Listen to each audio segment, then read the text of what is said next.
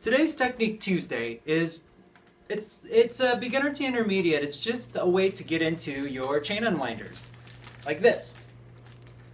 Those are chain unwinders, and there's a lot of really cool things that we can do with these. I love doing this, especially in front of a camera where I'm working the sagittal plane. So I'm going to show you a couple tricks that you may or may not know about how to enter a chain unwinder. Now, probably what a lot of people do is the video that I, of course, started with chain unwinders is to intercept the chain as it's spinning. So if my right hand is spinning it counterclockwise, I'm going to hold it almost like I'm doing the rotor pass. So my left hand is thumbs pointing towards the ground, right hand's on the outside. But instead of catching here, I catch the chain. The moment like it goes across my hands, I'm going to very lightly catch it. I'm not going to catch it to where it stops the motion, but I'm going to move with it, and that will create the chain unwinder right there. If you don't know how to do a chain unwinder, you won't be able to do these techniques, so make sure you study that one up first. I'm just showing you entrance points. So entrance point 1 is counterclockwise, move the chain to intercept right here, kind of keep it open, and then make a fist the moment it starts to, you reach the end of the chain unwinder. So it's fist, open, fist, open. So here we go, fist, open, fist, open. Now the way to get out, an easy way to get out is actually kind of like an isolation. What I do is I give it like an extra pull where it should be, I'm sorry, I'm thinking of this while I go along. When it should be a fist, so when it becomes a fist, I just keep my hand open. So here it is, fist open. When it should be a fist, I keep my hand open, and that causes it to actually roll into my hand. So I want you to practice fist, open, roll. Now you have to give it, when your hand is open, you have to give it a little bit more of a torque. So it's like torque, grab. It kind of looks like a roll, doesn't it? So just remember, when it's open, you give it an extra torque. So that's variation 1. Variation 2, of course, goes the opposite way. So if my hand is going clockwise now, instead of counterclockwise, it's this direction. Clockwise, my hand is just facing towards the sky, and I just plant it right on top. So the chain goes straight on top, like so. Now, since the other one started fist open, of course, this is going to go the opposite. Open, then fist, then open, then fist. So your hand's going across. It's coming across your fingers. Your thumb is going to act, you remember, you're going to want to close your thumb though, because the first thing it's going to do is become open. It's going to end in this direction, like here.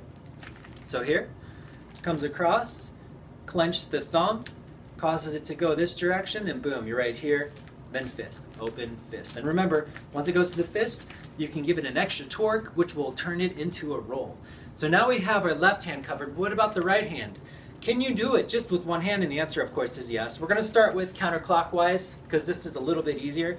It's almost like a front to back hand roll, like so, but you actually let the chain slip. So you know your basic hand roll, the front grip. You roll the chain over into the back grip. This time what we're going to do is we're going to roll the chain over, but we're actually going to twist our hand while it's rolling, causing us to grab the chain. Like that.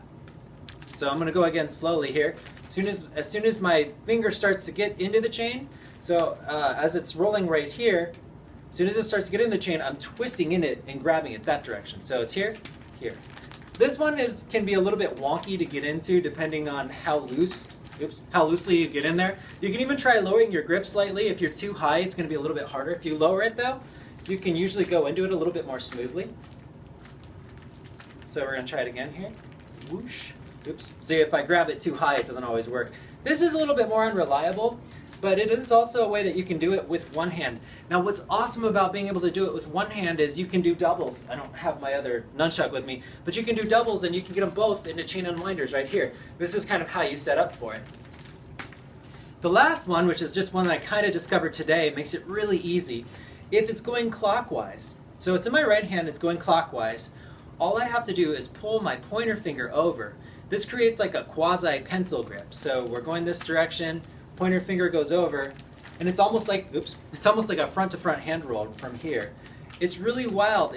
You know how your front-to-front hand roll comes across the bottom of here, and it reaches over and you grab it? If you pull your finger over, the front-to-front will just cover over your finger. So we're holding it like this. Finger goes over as it's spinning, and what's going to happen is this is going to go over here instead of where it would have gone over your wrists and it would have cleared all the chain. It's just barely clearing the chain, and the moment it clears it, my hand can grab it. It's set up perfectly to go right in there. So doing the spin, pointer finger goes over, as you can see. Doing the spin, pointer finger goes over, front to front, straight into a chain unwinder. This is great. Again, doing the one-handed chain unwinders is great because we can do it with doubles. Of course, this is probably easier to pass it into one.